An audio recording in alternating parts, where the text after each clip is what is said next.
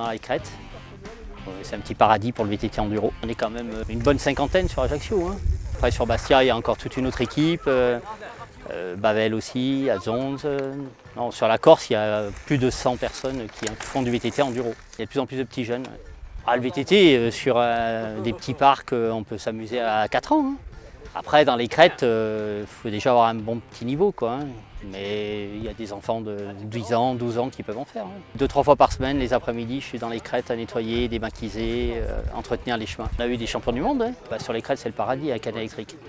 Avec un musculaire, le problème, c'est que quand tu as descendu les 380 mètres de dénivelé, il faut remonter, quoi. Et c'est quand même dur.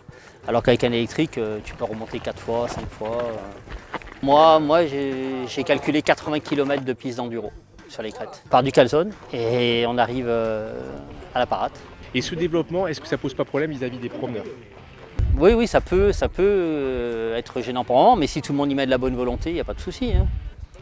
Un vélo, on l'entend quand même arriver. Et puis le dimanche après-midi, on ne roule pas comme des fous. Hein. On sait qu'il y a du monde, hein. Donc on fait attention. Hein. C'est vrai que le crête, on en pratique assez souvent. C'est un terrain de jeu extraordinaire. C'est un grand terrain de jeu de sportifs.